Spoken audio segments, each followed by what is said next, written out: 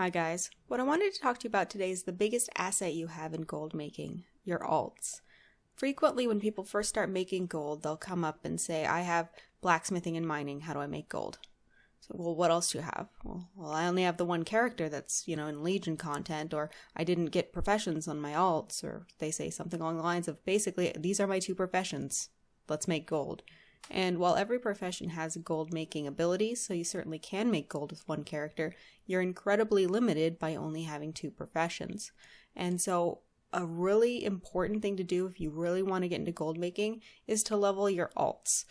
Get characters that have at least every crafting profession. Like there's definitely a hierarchy of more profitable professions versus less profitable professions. However, at the end of the day, to really max your gold making, the more opportunities you have, the better off you're going to be. And so having every crafting profession is the most important thing you can do in gold making, in my opinion. And then if you happen to want to, you could always pick up some gathering professions if you have extra alts that you don't really need another crafting profession on. However, with the nature of Bloods of Sargeras in this expansion, I would recommend not having a double gatherer and instead making sure that if you are going to gather, put it on a character that can also benefit from having lots of bloods, such as a jewel crafter.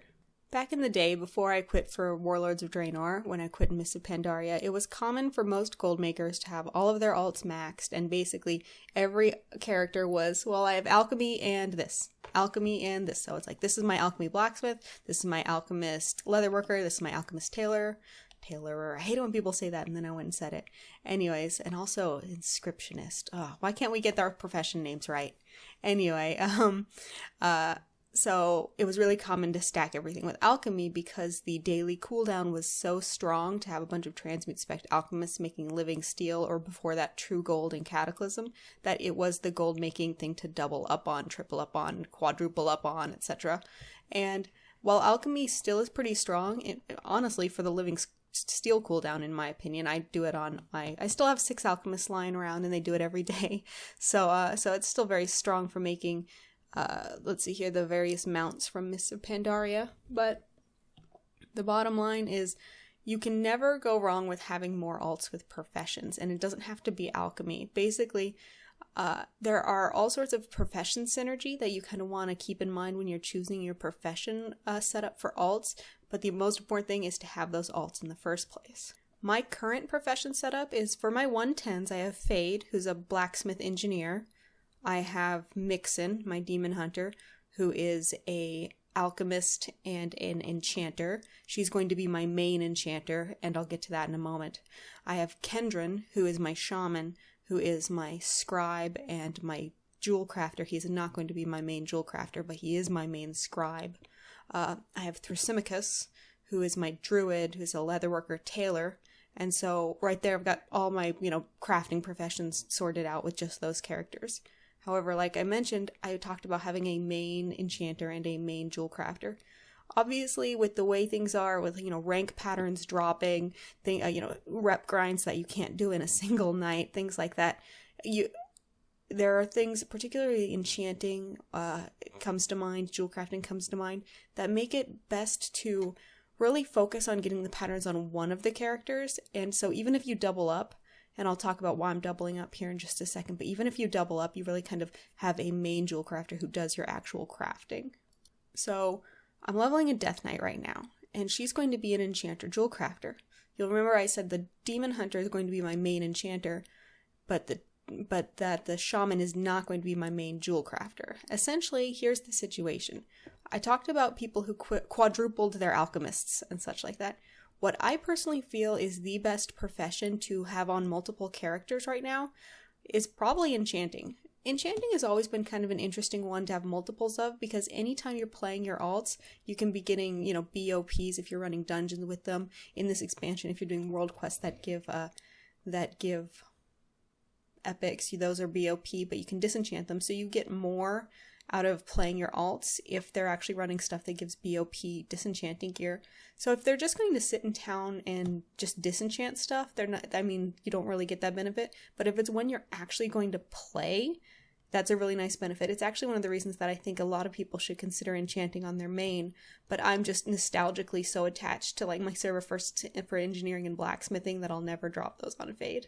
And she's also got tons of rare patterns.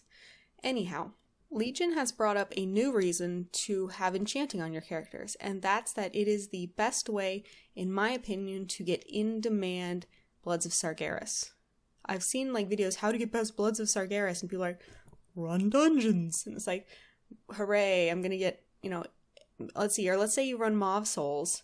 I did a Moss 6. We're gonna pretend, obviously we're gonna say it's a Mythic though, because there's no boss drops in Mythic Plus, but I just did a Moss 6 in like 12 minutes, I think. So let's say that we did that on Heroic. We'll knock it down to 10 minutes. 3 bosses, yes. Let's say each one drops a blood. Helia drops 3, and you get 2 Blood Hunters quarries with 3. So you're gonna get like, let's see, 1, 2, 3, 4, 5, 6, 7, 8, 9. So you get like 10-ish bloods, and if you can have an enchanter, or your enchanter be doesn't have to be if the character is a tank or a healer and you get the bag, you might get a little bit extra there. That's like best case scenario, you get like around 10-ish bloods in 10 minutes, but then you have to keep queuing for that. You have to deal with people. You might get shitty groups. It's kind of a pain in the ass. I can't imagine that would honestly be the preferred way of getting Bloods of Sargeras, right? So, I mean, I guess it depends on how you like to play, because you could also say, well, I'm getting all those other drops, and I'm getting AP, blah, blah, blah. But as you guys have probably seen in my half-price Leylight Shards and Arcana video, I generate a lot of disenchantable crafted items. And when you disenchant an item, you have a chance of getting a Blood of Sargeras. And so the benefit of having enchanting on a character that has a different crafting profession is outrageously good, especially for jewel crafting. Because basically what it means is anytime that you want to cut a gem, which requires Blood of Sargeras, you can just disenchant stuff until you have that blood. So I've been leveling my Death Knight. She's level 104 now. I think you need to be 106 to get the cuts. So she's on her way up. But just through disenchanting stuff that I was going to be disenchanting anyway on a different character. And remember, other than the bloods, nothing's BOP, so I can just send them to my main enchanter. She's only doing it for the bloods. So other than the Bloods of Sargeras, everything gets sent over, and she gets to keep the bloods. And just from doing that, she's up to around 170 Bloods of Sargeras, I believe, at level 104. And so this way, once she gets those jewel crafting patterns, she'll be able to cut all these gems. So she's going to become the main jewel crafter. But since my demon hunter has all the reps, she stays as the main enchanter. I'm kind of like, I know that I'm not really pulling this too much into a very actionable lecture, if you will, for you guys to follow up on. But basically what I'm trying to say is consider, first off, you need to have those alts. If you want to get the most out of your playtime as far as gold is concerned, you need to have those alts, so that, because the more alts you have, the more professions you have, the more professions you have, the more things you can craft, the more things you can craft, the more things you can sell, the more things you sell, the more gold you make. It's as simple as that. And so then once you've got the alts, when it comes to what professions to have, obviously, even if it's not a very good pairing, like, for example, my tailor and leather worker, like, is my demon, or my druid, and I mean, that's not a bad combo, but there's no real synergy that I get there, like having enchanting and jewel crafting on the same character with the Bloods of Sargeras situation.